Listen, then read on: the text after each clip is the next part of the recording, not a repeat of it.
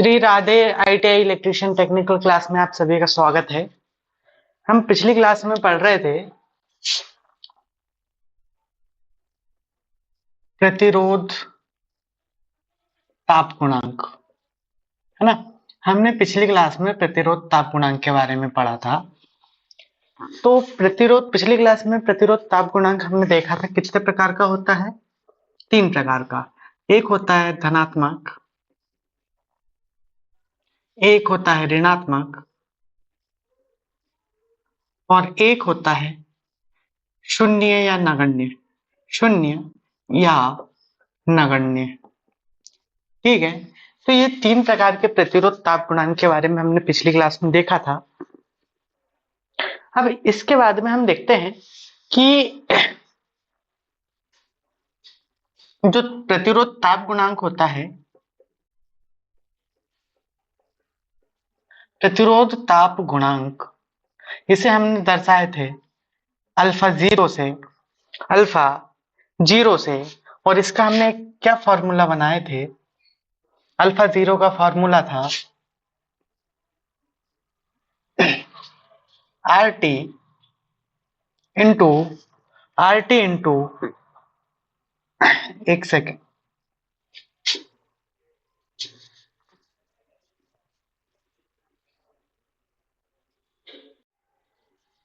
प्रतिरोध ताप गुणांक का जो फॉर्मूला था यह था अल्फा जीरो बराबर R T minus R zero upon R zero into T. ठीक है, अब ये फॉर्मूला था, इससे हमने सॉल्व करके एक फॉर्मूला बनाया था। वो फॉर्मूला था आर टी के बराबर में R zero 1 plus alpha zero into T. तो इस फॉर्मूले से हमें कैलकुलेशन आसान हो जाती, इसलिए हमने ये फॉर्मूला बनाया था। और इस फॉर्मूले से हमने 2-3 क्वेश्चन एग्जाम में, जिस टाइप के क्वेश्चन कई बार पूछे जाते हैं, तो इस क्वेश्चन को हमने देखे थे। अब हम इस आज की क्लास में हम देखेंगे, आज की क्लास में हम देख रहे हैं कंडक्टेंस के बारे में। अब प्रतिरोध ताप गुणांक के बारे में तो देख लिया, आज हम देख रहे हैं कंडक्टेंस के बारे में कि भाई कंडक्टेंस होता क्या है। तो कंडक्टेंस जो होता है, कंडक्टेंस का हिंदी नाम होता है चालन या संवहन। कंडक्टेंस का हिंदी नाम होता है चालन या संवहन, कंडक्टेंस। ठीक है, ये होता है कंडक्टेंस, इसका हिंदी नाम होता है चालन या संवहन। ठीक है, इसका ये हिंदी नाम होता है कंडक्टेंस का चालन या संवहन। अब ये होता क्या है, इसे हम देखते हैं। सबसे इंपॉर्टेंट चीज है ये, इसके बारे में है कि रेजिस्टेंस का उल्टा होता है। उल्टा मतलब व्युत्क्रम होता है, व्युत्क्रम मतलब उल्टा होता है। तो यह है रेजिस्टेंस के या रेजिस्टेंस का उल्टा होता है, उल्टा होता है। ठीक है, रेजिस्टेंस मतलब प्रतिरोध, यह रेजिस्टेंस का उल्टा होता है। ठीक है, अब क्या करता है अपन देखते हैं यहाँ पे रेजिस्टेंस क्या करता है। रेजिस्टेंस करता है धारा के प्रवाह का विरोध। ये करता है धारा के प्रवाह का विरोध करता है, धारा के प्रवाह का विरोध करता है, प्रवाह का विरोध करता है। अब हमने रेजिस्टेंस के बारे में शुरू से यही तो पढ़ा है कि धारा के प्रवाह का विरोध करता है वह गुण जो धारा के प्रवाह का विरोध करे, धारा के मार्ग में प्रतिबाधा डाले या धारा के प्रवाह को रोकता है, उस गुण को हम प्रतिरोध कहते हैं, रेजिस्टेंस कहते हैं। अब इसके बाद में अभी ये इसका उल्टा होता है, तो हम देखेंगे, हाँ, कंडक्टेंस को हम दर्शाते हैं जी से, कैपिटल जी या स्मॉल जी। ठीक है, जो भी आप इससे हम दर्शाते हैं। तो क्या होता है कि धारा के प्रवाह में ये विरोध कर रहा है, तो हम कंडक्टेंस क्या हो जाएगा, कंडक्टेंस हो जाएगा ये धारा को बहने देता है, धारा के प्रवाह को अनुमति देता है, प्रवाह को अनुमति देता है, या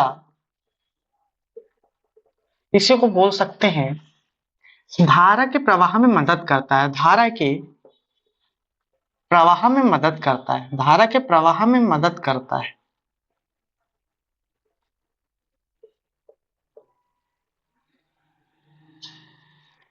जैसे एक फॉर एग्जाम्पल,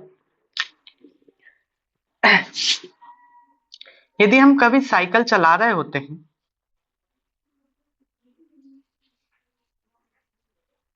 यहाँ पे ये हैंडल होता है, ये साइकिल कोई इंसान बैठ के साइकिल चला रहा है, तो जब ये साइकिल चला रहा है इस दिशा में, इस दिशा में, और यहाँ पे इस प्रकार से चढ़ाई हो, इस प्रकार से चढ़ाई हो, ठीक है, समझ में आ रहा है? जब कोई व्यक्ति यहाँ से साइकिल चला रहा है ना, तो जब हम साइकिल चलाते हैं तो साइकिल चलाते तो यहाँ पे चढ़ाई हो, तो क्या साइकिल चलने के लिए ये क्या होता है, प्रतिरोध उत्पन्न होता है, प्रतिरोध उत्पन्न होता है, प्रतिरोध बढ़ता है।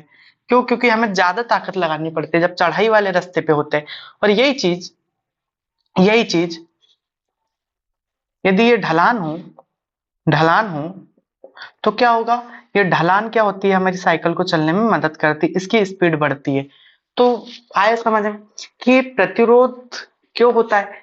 अब ये चढ़ाई वाला रास्ता है, इसका मतलब ये तो नहीं है कि ये साइकिल चलेगी नहीं, चलेगी, लेकिन ज्यादा बल लगाना पड़ेगा, ज्यादा बल लगाएंगे तब ये चलेगी।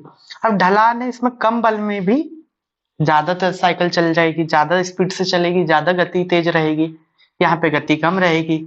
तो जहां पे प्रतिरोध रहेगा या बाधा रहेगी, या तो क्या होगा, ज्यादा बल लगाना पड़ेगा, यहाँ पे कम बल लगाना पड़ता है। तो सेम कंडीशन ये है, प्रतिरोध जो है चढ़ाई वाले रास्ते पे काम करता है, मतलब ये धारा के प्रवाह का विरोध करता है, और ये कंडक्टेंस जो है धारा के प्रवाह को अनुमति देते हैं, धारा के प्रवाह में मदद करता है। तो अब ये देख लिया हमने कि कंडक्टेंस जो होता है रेजिस्टेंस का उल्टा या व्युत्क्रम होता है ना। तो अब नोट करो साइड हेडिंग कंडक्टेंस, हिंदी नाम चालन व संवहन, हिंदी नाम चालन व संवहन। तो क्या होता है, इसकी परिभाषा लिखो, किसकी, कंडक्टेंस की।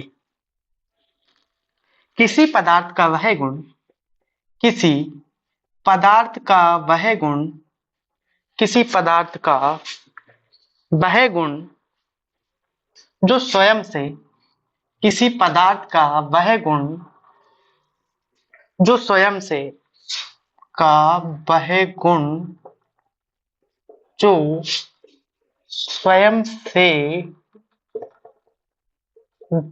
धारा के प्रवाह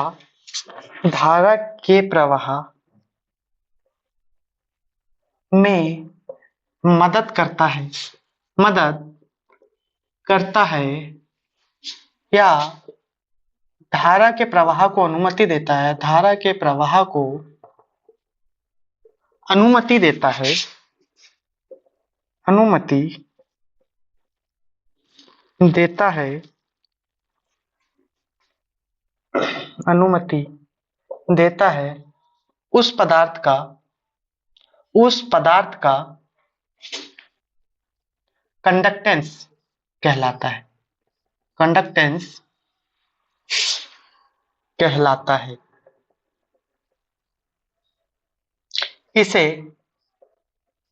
जी से दर्शाते हैं, जी से दर्शाते हैं, कैपिटल जी या स्मॉल जी, ठीक है, दोनों से दर्शाते हैं।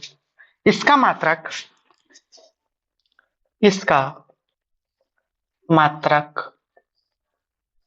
अब इसका मात्रक देखते हैं, इसका हम मात्रक देखते हैं, इसका मात्रक देखते हैं। तो इसका मात्रक हमें मालूम है क्या है कि जो प्रतिरोध है, रेजिस्टेंस का मात्रक क्या होता है, ओम होता है, ओम। अब हम चालकता का मात्रक देखेंगे तो इसका उल्टा होता, तो इसका भी उल्टा कर दो, एम HO, तो ये क्या बन जाएगा, मुहु, मेहू, और ये क्या बन जाता है, ओम। ठीक है, तो इस ये इसका मात्रक होता है ओम, इसका मात्रक होता है म्यो, किसका, कंडक्टेंस का, और रेजिस्टेंस का होता है ओम, और कंडक्टेंस का मात्रक होता है म्यो। इसी को बोलते हैं साइमेन या सीमेन। ठीक है, सीमेंस, सीमेंस। ठीक है, म्यो या सीमेंस, इसको साइमन या सीमेंस, इसका अलग अलग नाम होते हैं। इसको साइमेन भी बोलते हैं, साइमेन, सीमेन। ठीक है, तो ये होता है, हमने आज कंडक्टेंस के बारे में ये देखा कि किसी पदार्थ का वह गुण जो स्वयं से धारा के प्रवाह में मदद करता है, धारा के प्रवाह को अनुमति देता है, उस पदार्थ का कंडक्टेंस कहलाता है। इसे जी से दर्शाते हैं। इसका मात्रक क्या होता है, म्यू, इसका मात्रक म्यू होता है। अब एक चीज और, ओम को हम दर्शाते हैं इस सिंबल से। ठीक है, अब इसी का उल्टा कर दो, हम कंडक्टेंस को इस सिंबल से दर्शाएंगे। ठीक है, ये याद रखना। अब इसके बाद, इसके बाद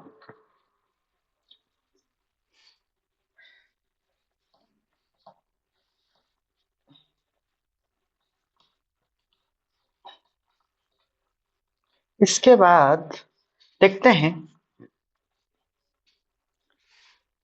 हमारा प्रतिरोध का मात्रक क्या होता है, उल्टा ये होता है ना।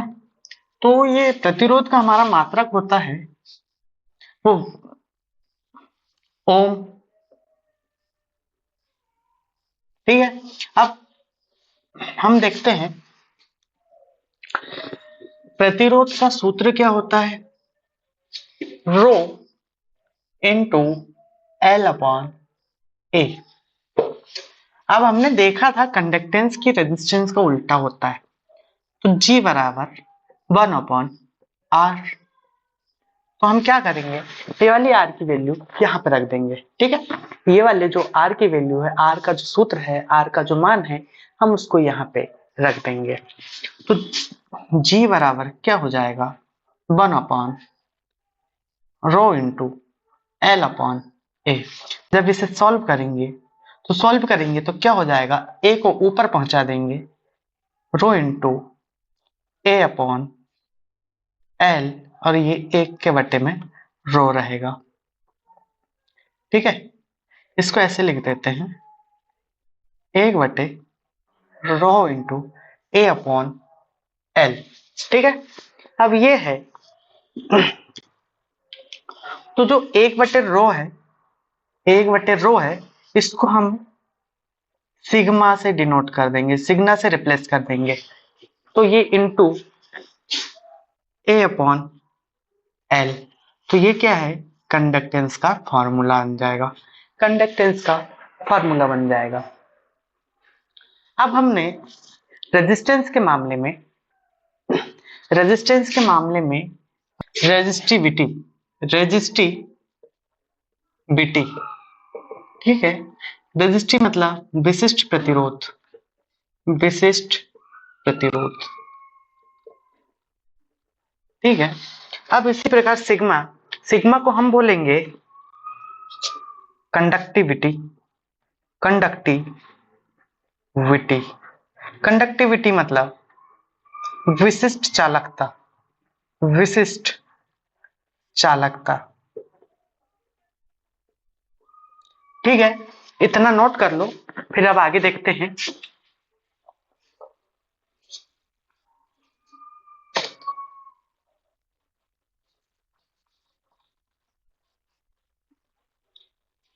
जिस प्रकार हमारा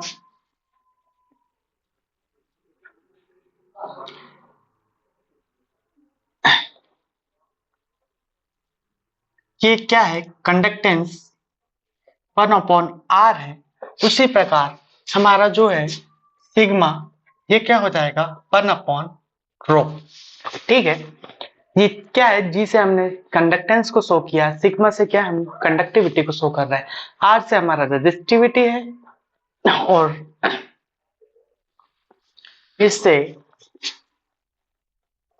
इसको जी लिख दो, कंडक्टेंस। ठीक है, ये कंडक्टेंस है, तो इसको हमने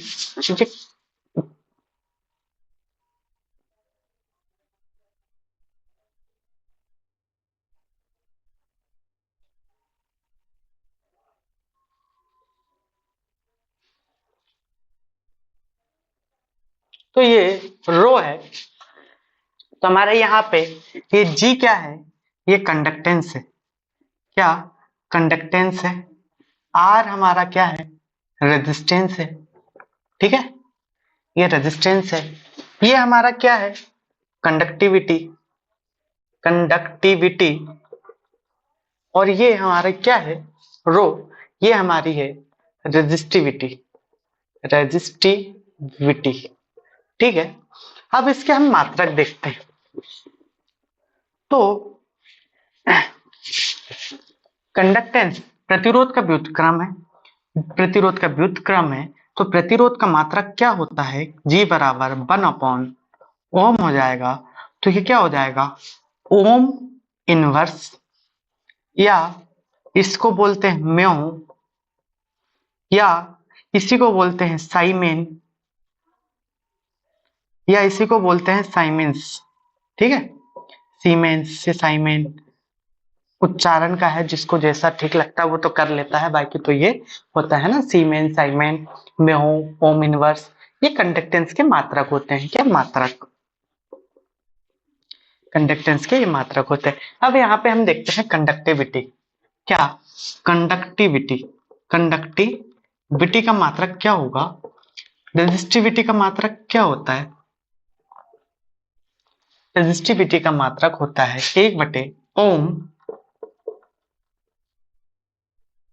ओम मीटर, ओम मीटर। ठीक है, तो इसका मात्रक हो जाएगा, इसका कंडक्टिविटी का मात्रक हो जाएगा, इसको ऊपर कर लेते हैं, है ना, ओम को ऊपर ले जा लेते हैं, या फिर इसको ऐसे भी लिख सकते हैं, 1/ओम को हमने यहाँ पे क्या लिखा, 1/ओम को ओम इनवर्स लिखा, ओम इनवर्स इनटू मीटर। 1/ओम ये प्रति मीटर हो जाएगा, ये ओम जब ऊपर जाएगा तो -1 की इसकी पावर -1 हो जाएगी, ये प्रति मीटर हो जाएगा। ठीक है, ये ओम को ऊपर ले जा लेंगे, जब ऊपर ले जा लेते हैं नीचे से अंश जब ऊपर हर जब अंश में जाता तो माइनस के पावर में आ जाता है ना, तो उसके बाद में एक मात्रक क्या होगा, ओम इनवर्स हो गया। अब ओम इनवर्स को हमने क्या लिखा, मेहू लिखा, तो मेहू प्रति मीटर, इसको इंग्लिश में लिख सकते हैं मेहू प्रति मीटर। ठीक है, अब इसको साइमेन सीमेन बोलते हैं, तो इसका एक और मात्रक क्या हो जाएगा, सीमेन प्रति मीटर। ठीक है, ये इसका मात्रक हो जाएगा। एक चीज और, मीटर को भी हम ऊपर यदि ले जा लेते हैं तो क्या हो जाएगा, ओम इनवर्स, ओम ये इनवर्स है, ये तो मीटर का भी इनवर्स हो जाएगा। यदि मीटर को हम ऊपर ले जा लेंगे तो मीटर भी इनवर्स में चला जाएगा। फिर अगला मात्रक क्या हो जाएगा हमारा, म्यो मीटर इनवर्स। एक और क्या हो जाएगा, सीमेन मीटर इनवर्स। ठीक है, हमने कुछ नहीं किया, ओम और मीटर को दोनों को ऊपर ले जा लिए तो ओम इनवर्स मीटर इनवर्स, ओम को ऊपर भी ले जा ली, मीटर को भी ऊपर ले जा ली, ओम 1/ओम को मेहू लिखा, सीमेन लिखा, तो उसकी जगह में हमने ये सब लिख दिया। तो ये सब कंडक्टिविटी के मात्रक होंगे और ये कंडक्टेंस के मात्रक होंगे। ठीक है, और रेजिस्टेंस का मात्रक होता है, रेजिस्टेंस का मात्रक होता है ओम और रेजिस्टिविटी का मात्रक होता है ओम मीटर। ठीक है, तो ये नोट कर लीजिए। अब आगे देखते हैं, अब आगे देखते हैं।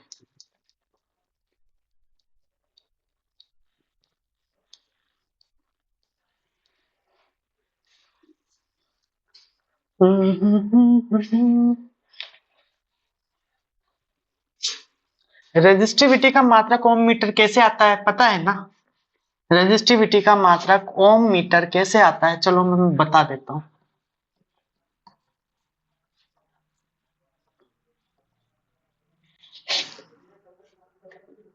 क्या है हमारा, आर बराबर रो इंटू एल अपॉन ए होता है। अब इसको हम सॉल्व करते हैं आगे, तो रो के बराबर में लिख लेते हैं, रेजिस्टिविटी के बराबर में R into A upon L. तो इसका क्या हो जाता है, आर का मात्रा ओम होता है, ओम इसका, ये ए का है क्षेत्रफल, क्षेत्रफल का मात्रक होता है मीटर का वर्ग बटे, ये लंबाई का मात्रक होता है मीटर, मीटर से एक ये वर्ग कट जाएगा, तो क्या हो जाएगा ओम मीटर, ओम मीटर।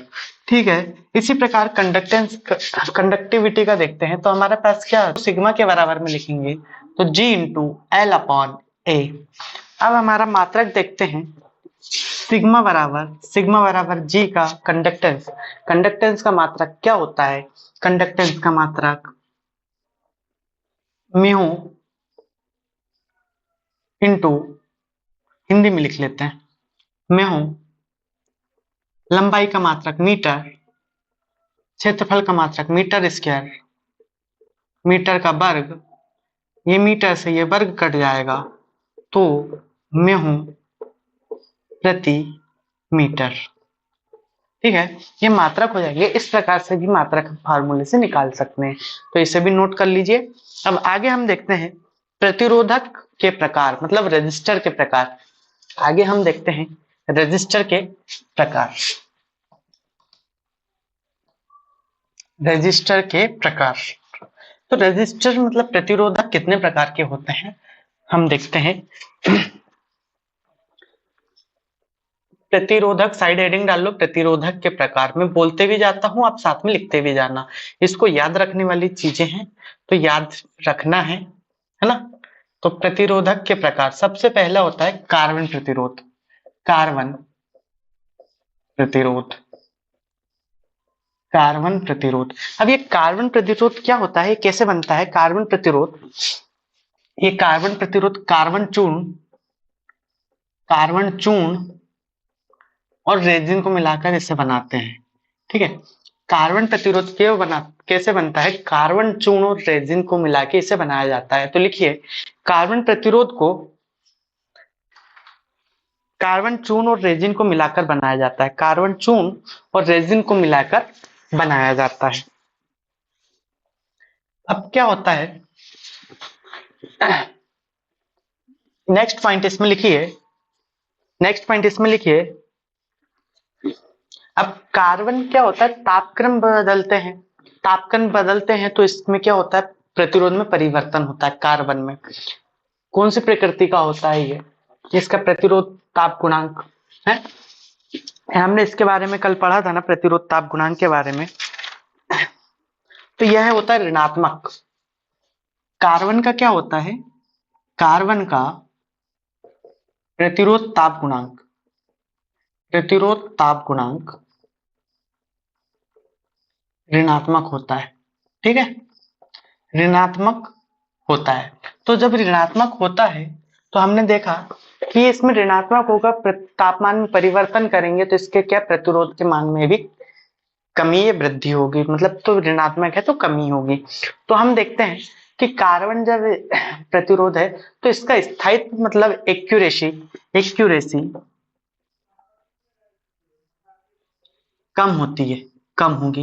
क्यों, क्योंकि जब यदि ताप में परिवर्तन हो गया तो इसकी एक्यूरेसी मतलब प्रतिरोध के मान में जो एक्चुअल मान है उसमें कम ज्यादा होगी, कमी होगी या वृद्धि होगी, है ना, परिवर्तन होगा। इसलिए हम नेक्स्ट पॉइंट लिखेंगे, कार्बन प्रतिरोध में, कार्बन प्रतिरोध में स्थायित्व कम होता है, स्थायित्व कम होता है। ठीक है, अब नेक्स्ट पॉइंट, इसकी कार्बन प्रतिरोध की ऊष्मा उत्सर्जन क्षमता, ऊष्मा उत्सर्जन क्षमता कम होती है, क्षमता कम होती है। ठीक है, ये इसके पॉइंट है।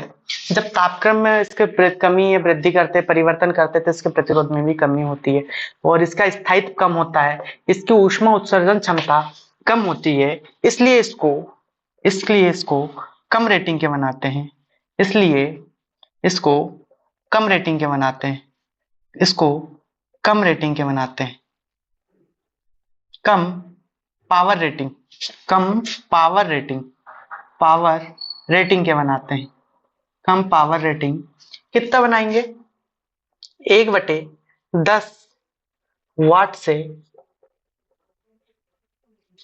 2 वाट तक बनाते हैं, 2 वाट तक बनाते हैं, तक बनाते हैं। ठीक है, इसकी ऊष्मा उत्सर्जन कम होती है, इसलिए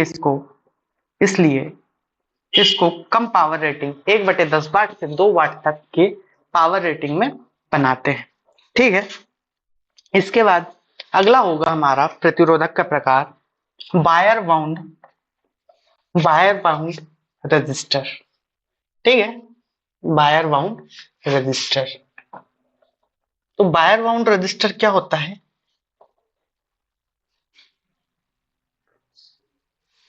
वायर बाउंड रजिस्टर क्या होता है, वायर बाउंड रजिस्टर, एक इसमें एक सेरामिक की नली होती है, सेरामिक की नली होती है, जो कुछ इस प्रकार होती है। ठीक है, ये सेरामिक की एक नली होती है जो कि इंसुलेटिंग होती है, इंसुलेटेड, सेरामिक की इंसुलेटेड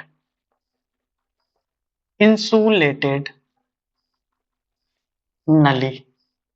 ठीक है, अब इसके ऊपर क्या करते हैं, नाइक्रोम का तार लपेट देते हैं ऐसे करके,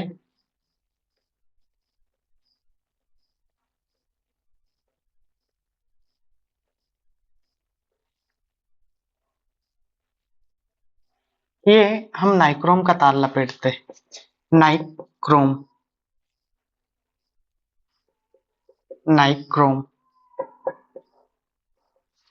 तो हम नाइक्रोम का इसमें तार लपेटते हैं।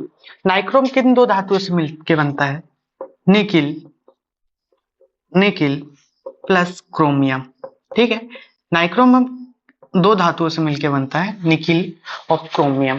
ठीक है, या इसकी जगह में हम मैग्नीन का यूज भी करते हैं, या मैग्नीन के तार का भी उपयोग करते हैं, मैग्नीन भी क्योंकि इन धातु से मिलकर बनी होती है। मैग्नीन बनती है तांबा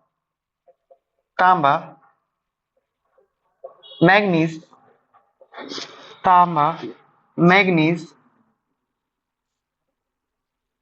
और निकिल। इसमें तांबा कितना होता है, 84%, मैग्नीज होता है 12% और निकिल होता है 4%, है ना मैग्नीन में। तो इस प्रकार से इसमें कुछ रहती है। तो इसमें जब हम ये बनाते हैं तो ये सिरेमिक की इंसुलेटेड नली होती है, नाइक्रोम का यूज करते हैं, तो इसका क्या स्थायित्व थोड़ा सा बढ़ जाता है। इसमें तापमान का प्रभाव कम होता है, तापमान का प्रभाव कम होगा तो क्यों कम होगा, क्योंकि हम सिरेमिक का यूज करते हैं, इसलिए तापमान का प्रभाव कम होगा, और तापमान का प्रभाव कम होगा तो इसका स्थायित्व अधिक होगा। तो लिखिए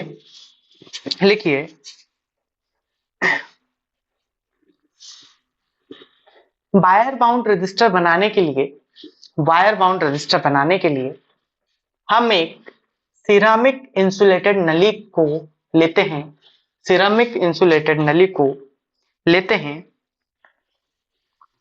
और इस पर नाइक्रोम या मैग्नीम, नाइक्रोम या मैग्नीम के तार को लपेटकर प्रतिरोधक बनाते हैं, प्रतिरोधक बनाते हैं।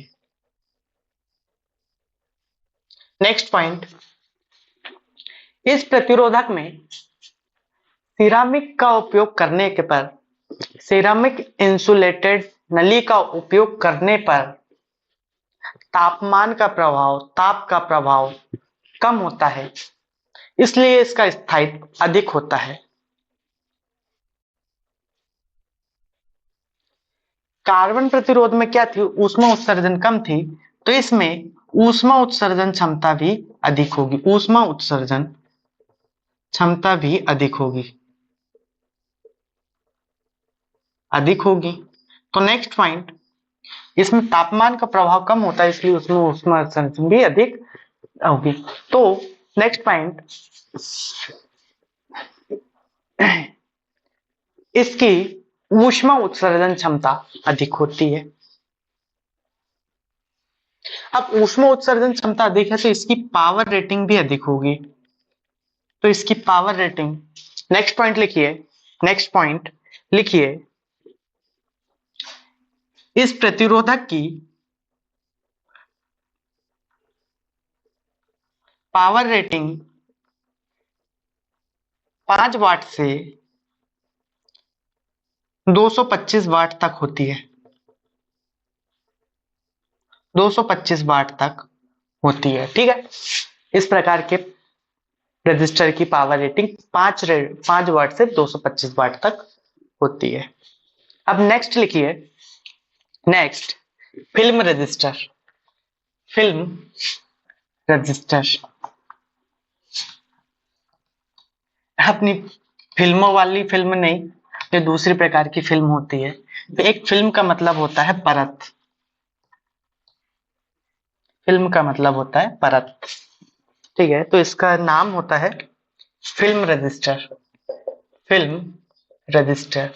अब ये फिल्म रजिस्टर होता है तो इसमें क्या होता है, ये जो सिरामिक की जो हमारे पास नली होती है, सिरामिक की नली होती है, हम इस पे क्या करते हैं,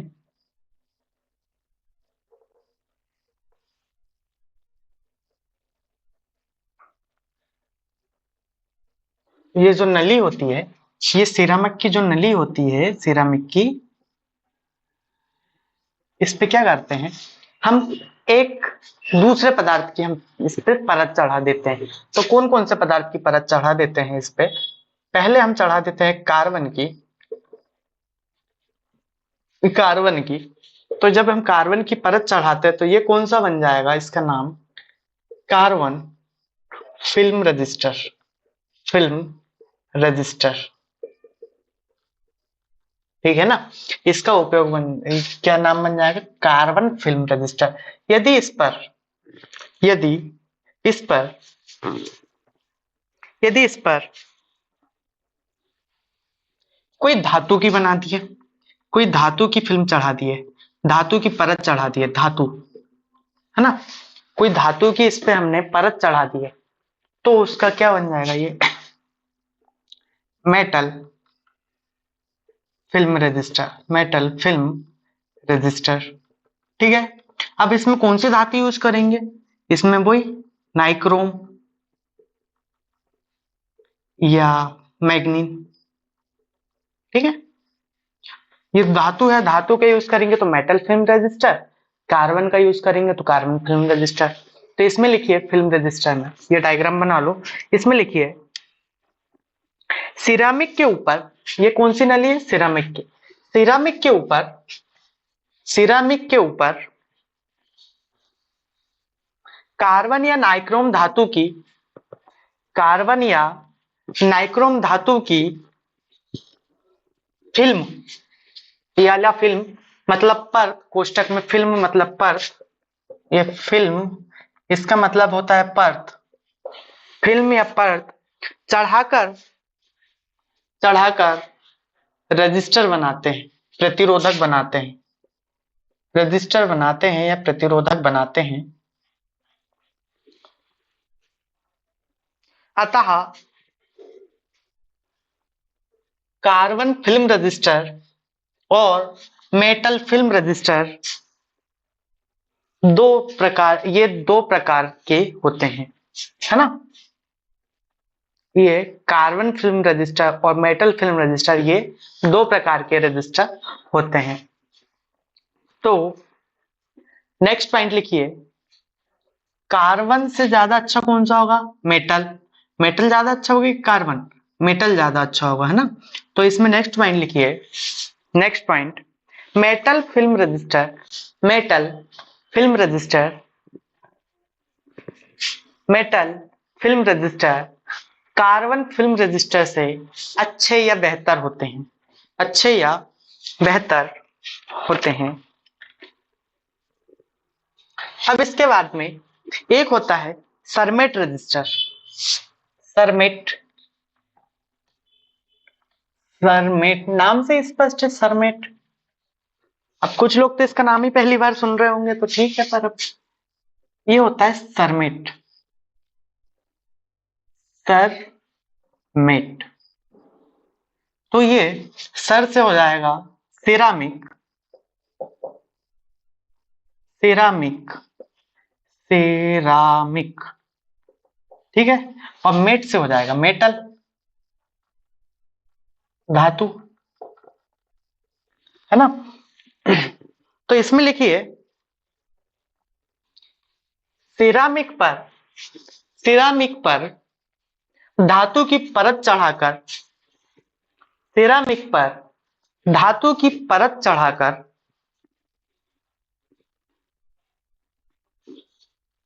इस प्रकार के, या धातु की परत चढ़ाकर सरमेट रजिस्टर बनाते हैं, सरमेट रजिस्टर बनाते हैं।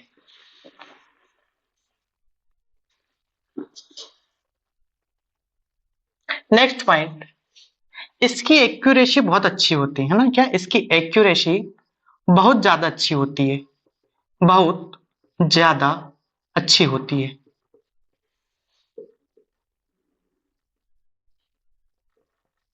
यह यथार्थ होता है, हिंदी में बोलेंगे तो यथार्थ होता है। तो हम नेक्स्ट पॉइंट लिखेंगे, इस प्रकार के प्रतिरोध की या सरमेट रजिस्टर की, सरमेट रजिस्टर की यथार्थता, यथार्थता या एक्यूरेसी बहुत ज्यादा अच्छी होती है, बहुत ही या अत्यंत ही, बहुत ज्यादा अच्छी या अत्यंत ही अच्छी होती है, ठीक है।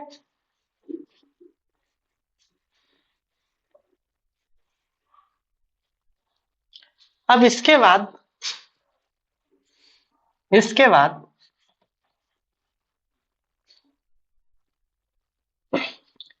जो कार्बन प्रतिरोध बनाते हैं अपन, कार्बन प्रतिरोध, अधिकतर कार्बन प्रतिरोध का ही यूज करते हैं। कार्बन प्रतिरोध का छोटे छोटे उपकरणों में अधिक से कार्बन प्रतिरोध का उपयोग करते हैं, क्योंकि कम वाट की रेटिंग छोटे उपकरणों में हम कार्बन प्रतिरोध का उपयोग करते हैं। तो ये छोटे छोटे टुकड़ों में बनते हैं, छोटे छोटे आकार, इनके छोटे आकार होते हैं।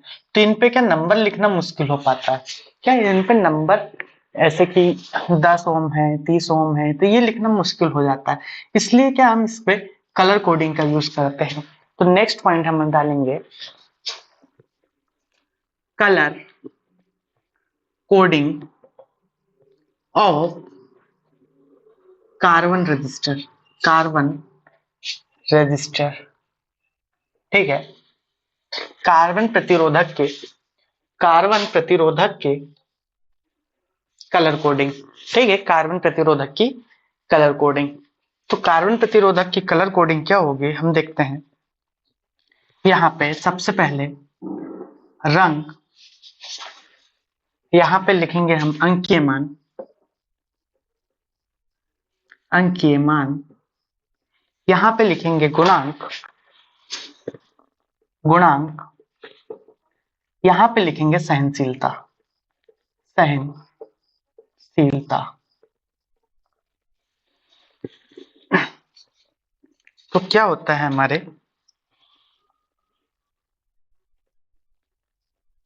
Black, brown, red, orange, yellow, green, green, blue, blue, violet, violet, grey, grey and white. जगह कम पड़ गई, इसको मैं फिर से बनाता हूँ, मिटा के फिर से बनाते थे, जगह कम पड़ गई है।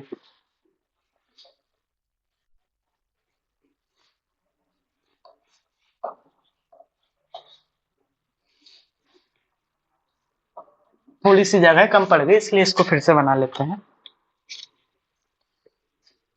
रंग, अंकीयमान, इसके बाद में गुणांक, ये हो जाएगी सहनशीलता, सहनशीलता। ठीक है, तो इसको आपकी बुक वगैरह में तो होगा, कहीं ना कहीं तो मिल ही जाता है, फिर भी इसको आप लिख लो। रंग कौन कौन से हैं हमारे?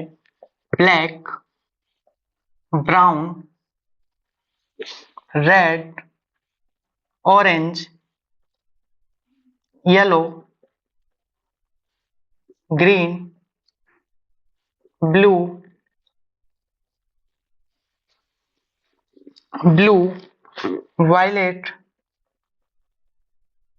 वायलेट, ग्रे, ग्रे, ग्रे के बाद है वाइट।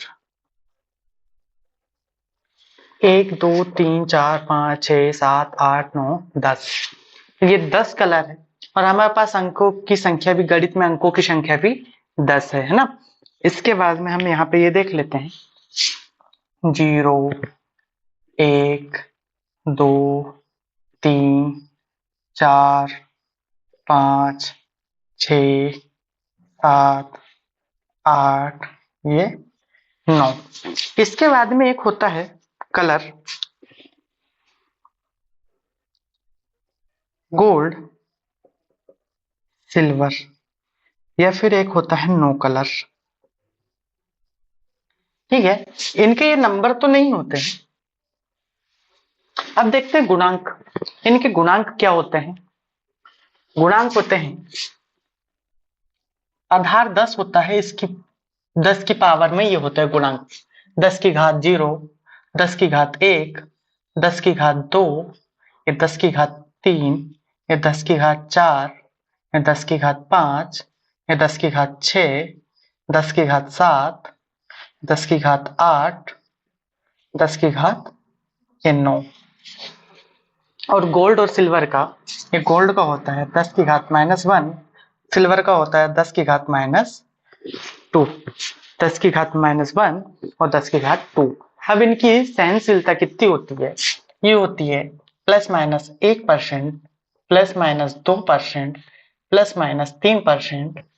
ये होती है गोल्ड की, गोल्ड की होती है ±5%, सिल्वर की होती है ±10%, और नो कलर मतलब रंगहीन की होती है ±20%। ठीक है, तो ये टेबल हमें याद होनी चाहिए। इससे रिलेटेड कोई एग्जाम में, कॉम्पिटिटिव एग्जाम में बहुत ज्यादा, कभी ना कभी मतलब 100% में से 99% एक क्वेश्चन जरूर आता है। तो ये इसको कलर कोडिंग से हम सीखेंगे। आज तो ये टेबल याद रखना था। अब ये कलर याद रखने के लिए तो वैसे तो सबको पता होता है, लेकिन मैं फिर भी एक सेंटेंस बता देता हूँ, ताकि आप लोग को याद करने में आसानी हो। और इसके बाद का कलर कोडिंग के क्वेश्चन कैसे आते हैं, सोल्व कैसे करते हैं, इसका नियम क्या होता है, हम अगली क्लास में देखेंगे, है ना। तो ये इस प्रकार से कॉलम बने होते हैं। तो ये टेबल बना लो आप, और इसको पूरा याद रखना। तो इसको हम याद रखने के लिए एक सेंटेंस होता है, बीवी रोए in great Britain is very good wife, good wife. ठीक है, ये सेंटेंस होता है, इसका हिंदी में मतलब होता है,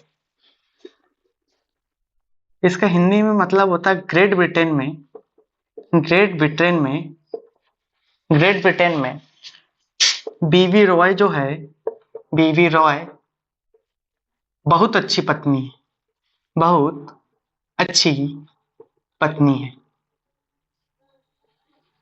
ठीक है, तो इसका भी कलर कोडिंग से ही, इसका तो कोई मतलब नहीं है, इसका मतलब है, इसकी कलर कोडिंग क्या है, ये बी, ये पहले वाला बी का मतलब है ब्लैक, इसका मतलब है ब्लैक, सेकंड बी का मतलब है ब्राउन,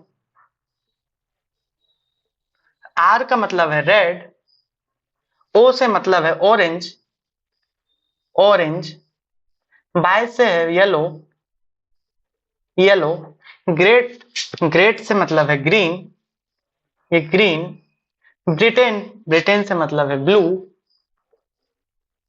वेरी, वेरी से मतलब है वायलेट, वायलेट, गुड से मतलब है ग्रे,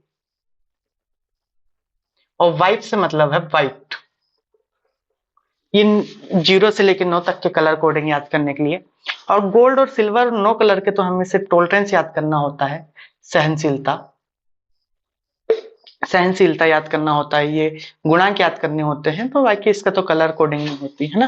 तो ये इसको हम याद करने के लिए ये करते हैं, इसकी 4-5 बार 8-10 बार प्रैक्टिस करो तो ये हमें याद हो जाता है, आसानी से याद हो जाता है और बहुत जरूरी होता है।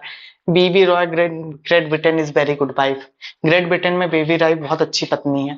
तो ये हमें सेंटेंस याद रख के हमें कलर कोडिंग याद रखना होता है। इसमें एक चीज और नोट करने वाली, हमें कंफ्यूजन होता है ग्रीन और ग्रे। जब हम सेंटेंस लिखते हैं तो हमें ग्रेट में ग्रीन लिखना है या गुड में ग्रे लिखना है, तो पहले कौन सा आएगा। जब हम सेंटेंस अरेंज करते हैं इसे, तो हम ये देखते हैं, जब हम ग्रीन लिखते हैं, जब हम ग्रीन लिखते हैं तो स्पेलिंग है GREEN, और हम ग्रे लिखते हैं तो स्पेलिंग है GRE। तो इसके शुरू के 3 शब्द तो सेम हो गए, GRE। तो हम देखेंगे एन पहले आता है या बाय, तो एन पहले आता है और बाय बाद में आता है, तो पहले हमें होगा एन मतलब ग्रीन, और बाय बाद में है तो मतलब बाय। तो ये कोडिंग में जब हमें कभी कई बार कंफ्यूजन होता है, जब मैं याद कर रहा था तो मुझे भी कई बार कंफ्यूजन होता था, इसलिए मैंने आपको ये बता दिया, मैंने ये सॉल्यूशन निकाला। पहले वाले जी का मतलब होता है ग्रीन, ग्रीन, तो ग्रीन क्यों, क्योंकि 3 अक्षर तो सेम है, उसके बाद का अक्षर देखो तो एन और बाय, तो ये जो एन अक्षर है ना, इसके पहले आता है किससे, बाय से, इसलिए हम पहले लिख लेते हैं। ये तो मेरा याद करने का तरीका था, आपको जैसे भी उचित लगे, कोई दूसरी ट्रिक होगी, कोई अदर ट्रिक होगी, कहीं किसी से सीखा होगा, किसी ने सिखाया होगा, तो आप उसके हिसाब से याद कर लेना। अब हम इसके बाद कल पढ़ेंगे कलर कोडिंग के सवाल, कलर कोडिंग के जो क्वेश्चन होते हैं, उस क्वेश्चन हम उन्हें पढ़ेंगे, कैसे बनाते हैं, उसके नियम क्या होते हैं, हम कल की क्लास में पढ़ेंगे। आज के लिए इतना ही। Shri Radhe ITI electrician technical class में आप सभी का धन्यवाद। वीडियो को ज्यादा से ज्यादा शेयर कीजिए और उन लोगों तक पहुंचाइए जिनको सच में इस वीडियो की जरूरत है, जो इलेक्ट्रिशियन पढ़ रहे हैं या इलेक्ट्रिशियन कर चुके हैं या ITI में है या कॉम्पिटेटिव की एग्जाम की तैयारी कर रहे हैं, उनके लिए बहुत ज्यादा जरूरी है, तो उन तक पहुंचाने की कोशिश करिए और चैनल को सब्सक्राइब करिए। धन्यवाद, मिलते हैं बहुत जल्दी अगली क्लास में।